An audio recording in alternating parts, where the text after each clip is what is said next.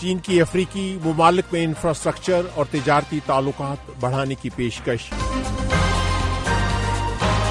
Hamas کا Nitin Yahoo پر جنگ بندی معاہدے کو ناکام بنانے کا الزام۔ امریکہ کے اسکول میں طالب علم کی فائرنگ، 4 افراد ہلاک۔ وائس آف امریکہ واشنگٹن سے اہم خبروں کے ساتھ محمد جلیل۔ چین کے صدر شی جن پنگ نے کہا ہے کہ چین افریقی ممالک کے ساتھ بنیادی ڈھانچے کی تعمیر اور تجارتی تعلقات کو مزید گہرا کرنے کے لیے تیار ہے۔ بیجنگ میں منعقدہ چین افریقہ تعاون فورم کے اجلاس سے خطاب کرتے ہوئے صدر شی نے افریقی براعظم کے ساتھ چین کے تعلقات کو تاریخی قرار دیا۔ انہوں نے کہا کہ چین افریقی ممالک کے ساتھ صنعت، زراعت، انفراسٹرکچر، تجارت اور سرمایہ کاری میں تعاون کو مزید گہرا کرنے کے لیے تیار ہے۔ کانفرنس میں اقوام متحدہ کے سربراہ اینٹونیو گوتیرس کے علاوہ 50 سے زیادہ افریقی ممالک کے رہنما شرکت کر رہے ہیں۔ سربراہی کانفرنس کے موقع پر ہونے والی ملاقاتوں میں چین نے کئی ترقیاتی اور صنعتی منصوبوں میں معاونت کی پیشکش کی ہے۔ چین افریقی ممالک کا سب سے بڑا تجارتی شراکت دار ہے۔ یہ وائس آف امریکہ واشنگٹن ہے۔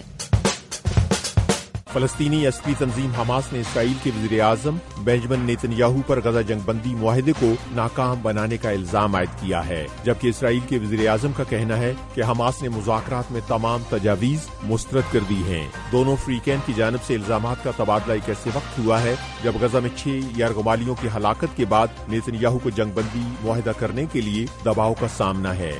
نیتن یاہو نے بدھ کو کہا کہ وہ مذاکرات شروع کرنے کی کوشش کر رہے ہیں، لیکن ان کے بقول حماس اس سے انکاری ہے۔ اسرائیل مصر اور غزہ سرحد پر فلاڈیلفی کاریڈور پر کنٹرول برقرار رکھنا چاہتا ہے تاکہ حماس کو ہتھیاروں کی مبینہ سمگلنگ کو روکا جا سکے، لیکن حماس اسرائیلی فورسز کے مکمل انخلاء کا مطالبہ کر رہی ہے۔ حماس کا موقف ہے کہ نیا معاہدہ غیر ضروری ہے اور وہ پہلے ہی امریکی صدر بائیڈن کی طرف سے تجویز کردہ جنگ بندی معاہدے کے لیے اتفاق کر چکے ہیں۔ ادھر امریکہ کے محکمہ خارجہ کے ترجمان یہ کہہ چکے ہیں کہ بات چیت میں تعطل سے نمٹنے کے لیے طریقے موجود ہیں۔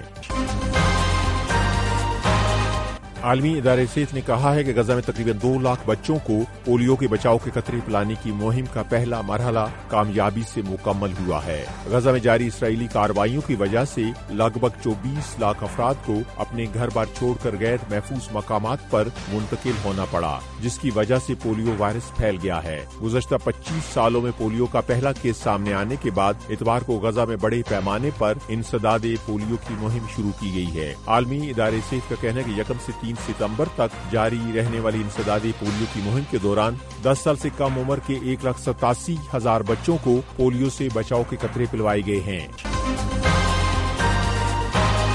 امریکہ کی ریاست جارجیا کے ایک ہائی اسکول میں 14 سالہ طالب علم کی فائرنگ کے نتیجے میں 4 افراد ہلاک اور 9 زخمی ہو گئے ہیں۔ جارجیا کے بیورو آف انویسٹیگیشن کے ڈائریکٹر نے بدھ کو پریس کانفرنس میں بتایا کہ ہلاک ہونے والوں میں 2 طالب علم اور 2 اساتذہ شامل ہیں۔ حملہ آور کو زندہ گرفتار کر لیا گیا ہے۔ حکام کا کہنا ہے کہ مشتبہ شخص نے اکیلے ہی یہ کارروائی کی ہے اور اس معاملے کی مزید تحقیقات جاری ہیں۔ ادھر امریکہ کے صدر جو بائیڈن نے اس واقعے میں ہلاک ہونے والے 9 افراد کی ہلاکت پر افسوس کا اظہار کرتے ہوئے کہا کہ ہم اس واقعے کو معمول کے طور پر قبول نہیں کر سکتے۔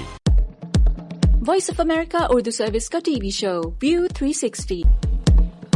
اطالوی کوسٹ گارڈز کا کہنا ہے کہ رواں ہفتے بحیرہ روم میں تارکین وطن کی ایک کشتی ڈوبنے سے 20 تارکین وطن لاپتہ ہو گئے ہیں۔ ان کا کہنا ہے کہ اب تک 7 شامی شہریوں کو بچا لیا گیا ہے۔ اقوام متحدہ کی پناہ گزین ایجنسی کے نمائندے کا کہنا ہے کہ زندہ بچ جانے والوں کی حالت تشویشناک ہے۔